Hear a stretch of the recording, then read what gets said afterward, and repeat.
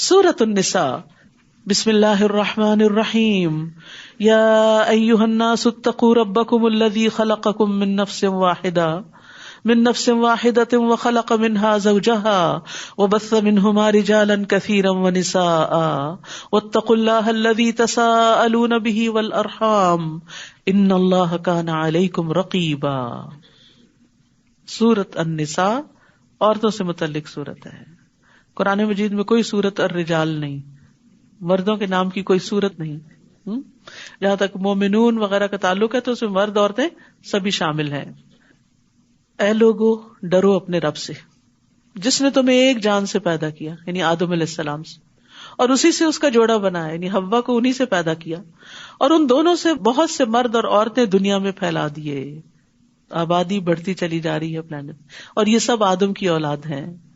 اور اللہ سے ڈرو جس کے واسطے سے تم ایک دوسرے سے سوال کرتے ہو، اپنے حقوق مانگتے ہو، اور رشتوں کو کاٹنے سے بھی ڈرو، بے شک اللہ تم پر نگران ہے۔ تو یاد رکھیے اپنے اوپر رب کا تقوی لازم کر لینا چاہیے۔ تقوی ہر کام کی بنیاد ہے۔ آپ صلی اللہ علیہ وسلم نے ابو سعید خدری سے کہا تھا، میں تجھے اللہ سے تقوی کی وصیت کرتا ہوں کیونکہ وہ ہر نیکی کی جڑ ہے۔ تقوی ہوگا تو عورتوں کے حقوق بھی ملیں گے، تقوی ہوگا تو یتیموں کے حقوق بھی ملیں گے، کمزوروں کے حقوق بھی ملیں گے، تمام انسانوں کے ساتھ خیر خواہی کی جائے گی۔ وَآتُوا الْيَتَامَىٰ أَمْوَالَهُمْ، اور یتیموں کے مال ان کے حوالے کر دو، یعنی جب وہ بالغ ہو جائیں، اور تم اپنے ناپاک مال کو ان کے عمدہ مال سے تبدیل نہ کرو، یعنی اپنا گھٹیا مال ان کے اچھے مال سے مت بدل لو، یعنی ان کو وراثت میں جو کچھ ملا ہے اگر تم اس کے ذمہ دار ہو، یعنی اس کی حفاظت کر رہے ہو، تو یہ نہیں کہ اپنی خراب چیزیں ان کے مال میں رکھ دو اور ان کی اچھی چیزیں اپنے مال میں بدلے میں رکھ لو، اور نہ ان کے مال کو اپنے مال کے ساتھ ملا کے کھا جاؤ کہ پتہ ہی نہ چلے کسی کو۔ یقیناً یہ بہت بڑا گناہ ہے، اور اس سے کون بچے گا کہ یتیم کا مال نہ کھائے اور اس کی حفاظت کرے، جب تک بڑا ہو جائے پھر اس کے حوالے کرے؟ وہی جس کے اندر تقویٰ ہے، جو اللہ سے ڈرتا ہے۔ رسول اللہ صلی اللہ علیہ وسلم نے فرمایا، اپنے یا کسی دوسرے کے یتیم بچے کی پرورش کرنے والا میں اور جنت میں وہ اس طرح ہوں گے بشرطے کہ وہ اللہ سے ڈرتا ہو۔ تو امام مالک نے شہادت والی اور درمیانی انگلی سے اشارہ کر کے بتایا کہ ساتھ ساتھ ہوں گے۔ تو اب وہ عورتیں جو یتیم بچے پالتی ہیں وہ بھی اس حکم میں شامل ہیں۔ اور اگر تمہیں خوف ہو کہ تم یتیم لڑکیوں سے انصاف نہ کر سکو گے تو دوسری عورتوں میں سے جو تمہیں پسند آئیں 2-2 اور 3-3 اور 4-4 سے نکاح کر لو۔ پھر اگر تمہیں ڈر ہو کہ تم ان کے درمیان عدل نہ کر سکو گے تو ایک ہی سے نکاح کافی ہے، یعنی ایک رخصت دی گئی بوقت ضرورت، لیکن عدل کی شرط کے ساتھ، اور واضح بتا دیا گیا کہ اگر عدل نہیں کر سکتے تو پھر ایک ہی، یا تمہارے دائیں ہاتھ جن عورتوں کے مالک ہوئے یہ زیادہ قریب ہے کہ تم ایک طرف مائل نہ ہو جاؤ، اور عورتوں سے نکاح کرتے وقت ان کے مہر خوش دلی سے ادا کیا کرو۔ اور پھر اگر وہ اپنی طرف سے کوئی چیز تمہارے لیے مہر میں سے چھوڑ دیں، ایز اے گفٹ تمہیں واپس کر دیں، تو اسے خوش مزہ اور خوشگوار سمجھ کر کھاؤ پیو، یعنی بیوی کا گفٹ جو ہے اسے خوشی سے قبول کرو، حقیر نہ سمجھو۔ اور تم نادان یعنی یتیم بچوں کو اپنے مال مت دو، جب بچے چھوٹے ہونے اپنی منی مینجمنٹ نہ آتی ہو تو ان کے حوالے مت کرو، جنہیں اللہ نے تمہارے لیے قیام زندگی کا ذریعہ بنایا ہے، یعنی مال جو ہے وہ زندگی کو قائم رکھنے کا ذریعہ ہے، ضروریات پوری کرنے کا، اور انہیں تم اس میں سے کھلاؤ اور پہناؤ اور ان سے اچھی بات کہتے رہے، جب وہ مطالبہ کریں، جب وہ غصے کا اظہار کریں، دے دیں ہمارے مال، ہم بس خود ہی اس کو دیکھ لیں گے، تو ان کو پیار سے سمجھاتے رہو، ان کی ضروریات اس میں سے پوری کرتے رہو، لیکن اس وقت ان کے حوالے کرو جب وہ سمجھدار ہو چکے ہوں۔ ایک حدیث کے مطابق ناسمجھ کو مال دینے والے کی دعا قبول نہیں ہوتی۔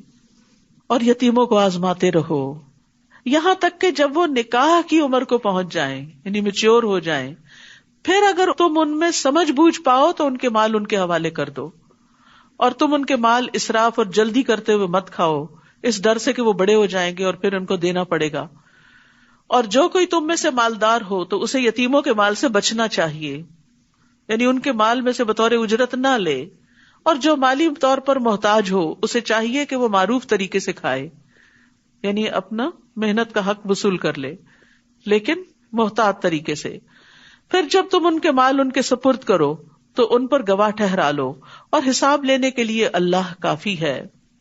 مردوں کے لیے اس ورثے میں سے ایک حصہ ہے جو والدین اور قریبی رشتہ دار چھوڑ جائیں، اور عورتوں کے لیے بھی ایک حصہ ہے اس ورثے میں سے جو والدین اور قریبی رشتے دار چھوڑ جائیں، چاہے وہ رسول اللہ صلی اللہ علیہ وسلم کا دور جاہلیت ہو یا آج کا معاشرہ ہو. عورتوں کے حقوق مارے جاتے ہیں، اور خاص طور پر ان کو وراثت میں سے نہیں دیا جاتا کہ ان کی شادی پہ اتنا خرچ ہو گیا تھا، ان کی تعلیم پہ اتنا خرچ کر دیا تھا، اب باقی سب کچھ بیٹوں کا ہے. نہیں، عورتیں یعنی لڑکیاں بھی اس میں شریک ہیں جو والدین اور قریبی رشتے دار چھوڑ جائیں. ورثہ کم ہو یا زیادہ، اس میں ایک طے شدہ حصہ ہے. اور ورثے کی تقسیم کے وقت جب غیر وارث رشتے دار اور یتیم اور مسکین موجود ہوں تو انہیں اس میں سے کچھ نہ کچھ دے دو، اور اگر نہ دے سکو تو ان سے مناسب طریقے سے بات کرو. یعنی جب وراثت تقسیم ہو رہی ہو اور خاندان کے لوگ موجود ہیں جو اس میں سے حصے دار نہیں، اور وہ دیکھ رہے ہیں، ان کی نظر ہے کچھ چیزوں پر، تو کچھ نہ کچھ ان کو ایز اے کرٹسی دے دو. اور اگر نہیں دے سکتے تو اچھے سے بات ہی کر لو، کیونکہ الکلمۃ الطیبۃ صدقہ، اچھی بات بھی صدقہ ہے. یعنی صرف مال کا ہی صدقہ نہیں ہوتا، اچھی بات کا بھی صدقہ ہوتا ہے. اور وراثت تقسیم کرنے والوں کو اس بات سے ڈرنا چاہیے کہ اگر وہ اپنے پیچھے ناتواں اولاد چھوڑ جاتے تو موت کے وقت انہیں ان کے بارے میں کتنا اندیشہ ہوتا. لہٰذا انہیں چاہیے کہ اس معاملے میں اللہ سے ڈریں اور جچی تلی بات کریں، کیونکہ اب یتیموں کی پرورش کا معاملہ آ رہا ہے تو ان کے کئی ناجائز مطالبات بھی ہوں گے، تو ان کے ساتھ معاملہ اللہ سے ڈرتے ہوئے کرتے رہو. بے شک وہ لوگ جو یتیموں کے مال ظلم کرتے ہوئے کھا جاتے ہیں، یقیناً وہ اپنے پیٹوں میں آگ ہی بھر رہے ہیں، اور ضرور وہ بھڑکتی ہوئی آگ میں جلیں گے. بعض اوقات ایسا ہوتا ہے نا کہ کہیں پر باپ فوت ہوتا ہے، بچے پیچھے چھوڑتا ہے، ایک بھائی ان میں سے زیادہ اسٹرانگ ہوتا ہے اور دوسرے کمزور ہوتے ہیں، تو وہ سب کا حصہ دبا کے بیٹھ جاتا ہے اور دینے پہ راضی نہیں ہوتا. اور پھر جو فوت ہوتا ہے حتیٰ کہ اس کے یتیم بچوں کے لیے بھی کچھ نہیں چھوڑتا. تو اس طرف توجہ دلائی گئی کہ جو لوگ یتیموں کا مال کھائیں وہ اپنے پیٹ میں آگ بھر رہے ہیں. بعض اوقات مرد حضرات ایسے کام کرتے ہیں تو as a sister, as a wife, as a mother ان کو سمجھانا چاہیے، ان کی محبت میں ان کی خیرخواہی کرتے ہوئے. کیونکہ بعض اوقات میں نے دیکھا مائیں ساتھ مل جاتی ہیں، مائیں بیٹوں کے ساتھ مل جاتی ہیں اور بیٹیوں کا حق ان کو نہیں دیا جاتا. تو یہ بیٹے کل قیامت کے دن کام آنے والے نہیں. اللہ تمہیں تمہاری اولاد کے بارے میں تاکید کرتا ہے. بیٹے کے لیے 2 بیٹیوں کے برابر حصہ ہے. وہ کیوں؟ عورت کو آدھا کیوں مل رہا ہے؟ اس لیے کہ عورت پر نان نفقے کی ذمہ داری نہیں ہے. عورت کو اپنی شادی کے وقت پھر مزید مہر بھی ملے گا اور اس کا شوہر اس کے مالی امور کا خیال بھی رکھے گا، جبکہ مرد کو جو ملے گا وہ اپنی شادی کے وقت مہر بھی دے گا اور اپنے اوپر، اپنے بچوں پر، اپنے گھر والوں پر، حتیٰ کہ اگر اور رشتہ دار بھی ہیں تو ان کے اوپر بھی اپنا مال خرچ کرے گا، تو اس کو نسبتاً زیادہ دیا گیا. یہاں کوئی ڈسکریمنیشن نہیں. اگر شوہر فقیر ہو، عورت ملینئر ہو، تو بھی عورت کے اوپر کوئی ذمہ داری نہیں کہ وہ گھر میں خرچ کرے. شوہر ہی کی ذمہ داری ہے. ہاں یہ تو پھر الگ بات ہوتی ہے نا کہ باہم محبت کی وجہ سے عورت کہتی ہے کہ میں اپنے شوہر کو اور اپنے بچوں کو کیسے غربت میں دیکھ سکتی ہوں، اور میں اپنے اس مال کو کیا کروں گی، یہ انہی کے لیے تو ہے. تو وہ خوشی سے جو بھی خرچ کرتی ہے پھر وہ اس کے لیے صدقہ شمار ہوتا ہے، اس کے لیے باعث اجر ہوتا ہے. تو جو عورتیں کام کرتی ہیں اور گھر میں کنٹریبیوٹ کرتی ہیں تو وہ ان کا احسان ہے اور اس احسان کو ماننا چاہیے. اور وہ جو لاتی ہیں اور جو بھی کچھ خرچ کرتی ہیں ان کا شکریہ ادا کرنا چاہیے اور ان کے ساتھ اچھا سلوک کرنا چاہیے، نہ کہ ان سے چھینا جھپٹی کر کے ان کو ذلیل کر کے ان کو دکھ دیا جائے. پھر اگر میت کی وارث 2 سے زیادہ بیٹیاں ہوں تو ان کو ترکے کا 2/3 حصہ دیا جائے گا، اور اگر ایک ہی بیٹی وارث ہو تو اس کے لیے ترکے میں سے آدھا ہے. اگر میت کی کوئی اولاد ہو تو اس کے والدین میں سے ہر ایک کو ترکے میں سے 6واں حصہ ملے گا، اور اگر وہ صاحب اولاد نہ ہو اور اس کے وارث والدین ہی ہو، بچے کوئی نہیں صرف ماں باپ ہی ہیں، تو ماں کے لیے ترکے کا 3واں حصہ ہوگا. اور اگر اس میت کے بہن بھائی بھی ہو تو اس کی ماں کے لیے 6واں حصہ ہوگا. یہ سب تقسیم وصیت پوری کرنے یا قرض کی ادائیگی کے بعد ہوگی. تم نہیں جانتے کہ تمہارے والدین اور تمہاری اولاد میں سے کون فائدہ پہنچانے میں تم سے قریب تر ہے. یہ اللہ کی طرف سے طے شدہ حصے ہیں. بے شک اللہ بہت علم والا اور کمال حکمت والا ہے. اس لیے اس تقسیم پہ راضی ہو جاؤ، اس پر اعتراض نہ کرو. اللہ سبحانہ تعالیٰ جس طرح سارے حالات کو جانتا ہے تم نہیں جانتے، اس لیے صرف ظاہری اور وقتی طور پر اگر آدھا آدھا دے کر تم خوش ہو جاتے ہو کہ ہم نے زیادہ انصاف کیا، نہیں، اللہ سبحانہ تعالیٰ زیادہ انصاف کرنے والا ہے. کیونکہ اسلام کا یہ نظام جو وراثت کی تقسیم کا ہے یہ پورے آن دا ہول سارے سسٹم میں لیا جائے گا، نہ کہ ایک جز کے طور پر. جس میں عورت کے حقوق اور بچوں کے حقوق کے دیگر احکامات بھی موجود ہیں، کیونکہ اللہ سبحانہ وتعالیٰ بندوں پر ان کے والدین سے بھی زیادہ مہربان ہے. وہ عام محاورہ ہے نا، ایک 70 ماؤں سے بھی بڑھ کے پیار کرتے ہیں. تو پھر یہ اس کی محبت ہے کہ اس نے اس معاملے میں رسول اللہ صلی اللہ علیہ وسلم کو بھی نہیں کہا کہ آپ تقسیم کر دیں، ترازو اپنے ہاتھ میں رکھی کہ اس نے سب کے حصے خود بانٹ دیے. وَلَكُمْ نِصْفُ مَا تَرَكَ أَزْوَاجُكُمْ، اور اگر تمہاری بیویاں صاحب اولاد نہ ہوں تو ان کے ترکے میں تمہارے لیے آدھا حصہ ہے. پھر اگر ان کی اولاد ہو تو تمہارے لیے ترکے میں سے وصیت پوری کرنے یا قرض کی ادائیگی کے بعد چوتھا حصہ ہوگا. اور اگر تم صاحب اولاد نہ ہو تو تمہاری بیویوں کے لیے ترکے میں سے چوتھا حصہ ہے. پھر اگر تمہاری اولاد ہو تو ان کے لیے ترکے میں سے 8واں حصہ ہے. یہ سب تقسیم وصیت پوری کرنے یا قرض کی ادائیگی کے بعد ہوگی. اور اگر کوئی مرد یا عورت بے اولاد ہو، کلالہ، اور اس کے ماں باپ بھی حیات نہ ہو مگر اس کا ایک بھائی اور ایک بہن ہو تو بھائی اور بہن ہر ایک کو چھٹا حصہ ملے گا. اگر وہ اس سے زیادہ ہوں تو سب کے سب ترکے کے 1/3 میں شریک ہوں گے. یہ سب تقسیم وصیت پوری کرنے یا قرض کی ادائیگی کے بعد ہوگی، بشرطے کہ کسی کا نقصان نہ کیا گیا ہو. یہ اللہ کی طرف سے ایک تاکیدی حکم ہے اور اللہ خوب جاننے والا ہے، بہت بردبار ہے. یاد رکھیے، ورثے کی تقسیم اس وقت ہوگی جب وصیت پوری کر دی جائے اور قرض ادا کر دیا جائے میت کی طرف سے. تو وصیت میں تکلیف پہنچانا کبیرہ گناہوں میں سے ہے، اور وصیت بھی 1/3 مال میں سے ہونی چاہیے. کسی وارث کے لیے وصیت نہیں ہو سکتی، 1/3 سے زیادہ میں وصیت نہیں ہو سکتی.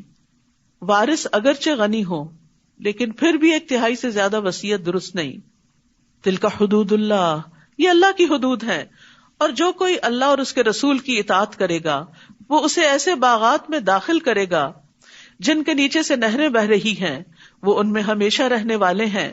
اور یہ بہت بڑی کامیابی ہے. یہ ہے اصل کامیابی کہ ہمیشہ کی کامیابی. عارضی کامیابی سے انسان خوش ہوتا ہے لیکن عارضی ہی ہوتی ہے. اور جو کوئی اللہ اور اس کے رسول کی نافرمانی کرے گا اور اس کی حدود سے تجاوز کرے گا، یعنی جو کام انہوں نے نہیں کیا وہ ان سے آگے بڑھ کے خود ایجاد کر لے دین میں، وہ اسے آگ میں داخل کرے گا جس میں وہ ہمیشہ رہنے والا ہے، اور اس کے لیے ذلیل کرنے والا عذاب ہے. اور تمہاری عورتوں میں سے جو بے حیائی کا ارتکاب کرے، یعنی زنا کا، تو ان کے اس جرم پر اپنے مردوں میں سے 4 گواہ طلب کرو. یعنی ایسے نہیں کہ کوئی بھی الزام لگا دے تو پکڑ لو، پھر اگر وہ گواہی دے دیں تو سزا کے طور پر ان عورتوں کو گھروں میں روک رکھو، کیونکہ یہ خرابی باہر جانے سے ہوئی تو پھر باہر نہ جانے دو یہاں تک کہ موت انہیں آ لے یا اللہ ان کے لیے کوئی اور راستہ بنا دے. یہاں پر زنا کے لیے لفظ فاحشہ استعمال ہوا کیونکہ اس کی برائی کھلی برائی ہے. اور تم میں سے جو 2 مرد اس برائی کا ارتکاب کرے تو ان دونوں کو ایذا دو، پھر اگر وہ دونوں توبہ کر لیں اور اصلاح کر لیں تو ان سے اعراض برتو. بے شک اللہ بہت توبہ قبول کرنے والا، نہایت رحم کرنے والا ہے. کیونکہ مردوں کو تو گھر میں رکھنے کا فائدہ نہیں، کیونکہ ان کا تو دائرہ کار ہی باہر ہے. انما التوبۃ علی اللہ للذین یعملون السوء بجہالہ، بے شک اللہ کے ذمے ان لوگوں کی توبہ قبول کرنا ہے جو جہالت سے برائی کا ارتکاب کرتے ہیں پھر جلد ہی توبہ کر لیتے ہیں. تو یہی وہ لوگ ہیں جن پر اللہ مہربان ہوتا ہے، اور اللہ بہت علم والا، بہت حکمت والا ہے. تو جہالت کیا ہوتی ہے؟ کہ انسان انجام سے غافل ہو کے، بے خبر ہو کے غلط کام کرے، اللہ کی ناراضگی کا کام کرے، اسے یہ پتہ ہی نہ ہو کہ اس غلط کام پر عذاب بھی لازم ہوتا ہے. پھر یہ کہ انسان اس بات سے غافل ہو جائے کہ اللہ دیکھ رہا ہے، اس کی نگرانی کر رہا ہے، یا اس بات سے غافل ہو جائے یا بھول جائے کہ اس غلط کام کے نتیجے میں اس کا ایمان کم ہو جائے گا یا بالکل ہی ختم ہو جائے گا. جیسے زنا کرتا ہے جب انسان تو اس کا ایمان اس کے اندر سے نکل جاتا ہے. اور ان لوگوں کے لیے توبہ قبول نہیں ہوتی جو برے عمل کرتے رہتے ہیں یہاں تک کہ جب ان میں سے کسی ایک کو موت آتی ہے وہ اس وقت کہتا ہے بے شک میں اب توبہ کرتا ہوں. اور نہ ہی توبہ ان لوگوں کے لیے ہے جو کفر کی حالت میں مر جاتے ہیں. یہی لوگ ہیں جن کے لیے ہم نے دردناک عذاب تیار کر رکھا ہے. تو یاد رکھیے، جو توبہ نہیں کرتا وہ معاف نہیں کیا جاتا. اور موت کے وقت جب نزع کی کیفیت طاری ہو جائے، موت کے فرشتے نظر آنے لگے، سانس گلے میں اٹک جائے، اس وقت بھی توبہ قبول نہیں ہوتی. ہاں، اس سے پہلے بیماری میں کوئی توبہ کرے تو توبہ ہو جائے گی. پھر سورج کے مغرب سے طلوع ہونے کے بعد توبہ قبول نہیں ہوگی. پھر فرمایا یا ایھا الذین آمنو، اے لوگو جو ایمان لائے ہو، تمہارے لیے حلال نہیں کہ تم زبردستی بیوہ عورتوں کے وارث بن بیٹھو. دور جاہلیت میں یہ تھا کہ جب شوہر فوت ہوتا تو عورت کو اسی گھر میں رہنا ہوتا ہمیشہ کے لیے، اس کو چھوڑتے نہیں تھے. کبھی اس کے بیٹے اس سے شادی کر لیتے، کبھی اور اپنی مرضی سے، لیکن اس کو جانے نہیں دیتے تھے. تو اس سے منع کیا گیا. اور نہ ہی یہ حلال ہے کہ ناپسند ہونے کے باوجود انہیں اس لیے روک رکھو کہ تم نے انہیں جو مہر دیا ہے اس کا کچھ حصہ واپس لے لو، کہ وہ کھلا لے اور تمہیں مہر نہ دینا پڑے، سوائے اس کے کہ وہ کھلی بے حیائی کا ارتکاب کرے اور ان کے ساتھ بھلے طریقے سے گزر بسر کرو. پھر اگر تم انہیں ناپسند کرو تو ہو سکتا ہے کہ ایک چیز تمہیں ناپسند ہو اور اللہ اسی میں بہت سی بھلائی ڈال دے. تو یہاں پر عورتوں کو اچھے طریقے سے رکھنے کا حکم دیا گیا ہے. وَعَاشِرُوهُنَّ بِالْمَعْرُوفِ.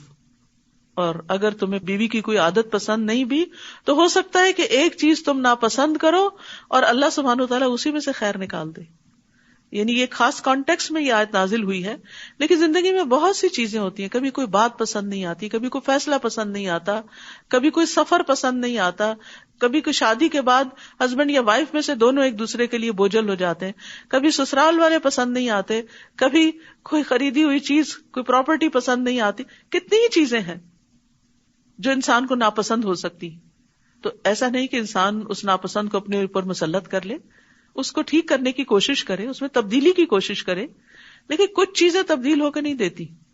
آپ نے گھر خرید لیا، اب اس میں کچھ بنیادی نقص ہیں، اب آپ اوپر اوپر سے ٹھیک کرتے رہتے ہیں لیکن ہر دوسرے دن اسی مشکل میں پڑے رہتے ہیں، الا یہ کہ آپ بہت بڑا خرچہ کریں اور ریکنسٹرکٹ کریں اس کو. تو اسی طرح کئی چیزیں ایسی ہوتی ہیں کہ جس میں انسان کو اس کی اصلاح کے لیے بہت بڑی ایفرٹ چاہیے ہوتی ہے، لیکن وہ نہیں کر پاتا، تو پھر اس پہ صبر کر جائے اور اس کی خیر دیکھے. کیونکہ بعض لوگ آپ کی زندگی میں بڑے ڈیفیکلٹ ہوتے ہیں، تو یہ ڈیفیکلٹ لوگ بھی دراصل آپ کو اپنی اوقات یاد دلاتے ہیں. وہ بھی آپ کو یہ بتاتے ہیں کہ آپ کون ہیں اور کتنے پانی میں ہیں.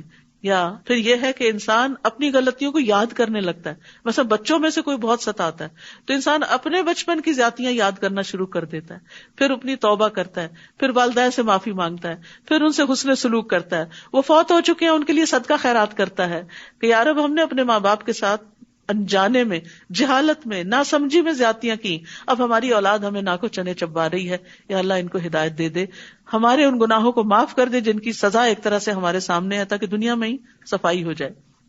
تو بہرحال یہاں جس خاص کانٹیکس میں آیت ہے وہ شوہروں کو حکم ہے کہ وہ بیویوں کو اچھے طریقے سے رکھیں، ان کا حق مہر دیں، ان کا نان نفقہ دیں، ان کے سامنے بغیر کسی غلطی کے خواہ مخواہ منہ بسور کے نہ رکھیں، باتوں میں اپنائیت اختیار کریں، سختی نہ کریں، تند خو نہ ہوں، اور اپنی بیوی کے علاوہ کسی اور عورت کی طرف رجحان نہ کریں. یعنی اپنی بیوی کو چیٹ نہ کریں، کیونکہ عورت کے لیے سب سے زیادہ تکلیف دہ یہ بات ہو جاتی ہے، اس کو اپنا زیور، کپڑا، کھانا، گھر، اولاد، ہر چیز بھول جاتی ہے جب اس کا شوہر اس کو چھوڑ کر کسی اور کی طرف متوجہ ہو جاتا ہے، کوئی اور زیادہ اس کی زندگی میں امپورٹنٹ ہو جاتا ہے.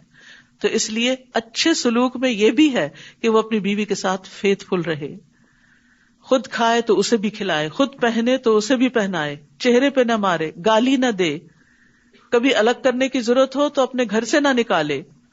رسول اللہ صلی اللہ علیہ وسلم نے فرمایا، ایمان کے لحاظ سے کامل مومن وہ ہے جو اخلاق میں سب سے اچھا ہے، اور تم میں سے بہتر وہ شخص ہے جو اپنی بیویوں کے لیے اخلاقی لحاظ سے بہتر ہے.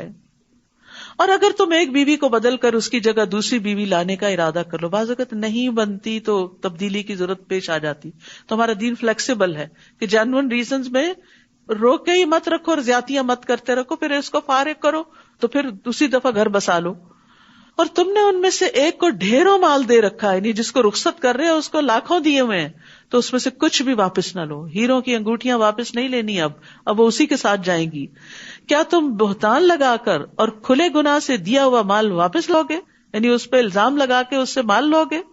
اور تم اس مہر کو یا مال کو، یہ تحفے تحائف کو کیسے واپس لے سکتے ہو، حالانکہ تم میں سے بعض سے صحبت کر چکا، یعنی جسمانی تعلق قائم ہوا، انٹیمیسی ہوئی، محبت پیار ہوا، اور وہ عورتیں تم سے پختہ عہد لے چکی. اور تم ان عورتوں سے نکاح نہ کرو جن سے تمہارے باپ نکاح کر چکے ہوں. باپ کی بیوی سے نکاح حرام ہے سوائے اس کے جو پہلے گزر چکا دور جاہلیت میں. یہ ایک بے حیائی کا کام اور قابل نفرت عمل ہے اور بہت ہی برا راستہ ہے. اس دور کے معاشرے کی جو خرابیاں تھیں ان کی اصلاح کی جا رہی ہے اور مزید بھی محرمات کا ذکر کیا جا رہا ہے.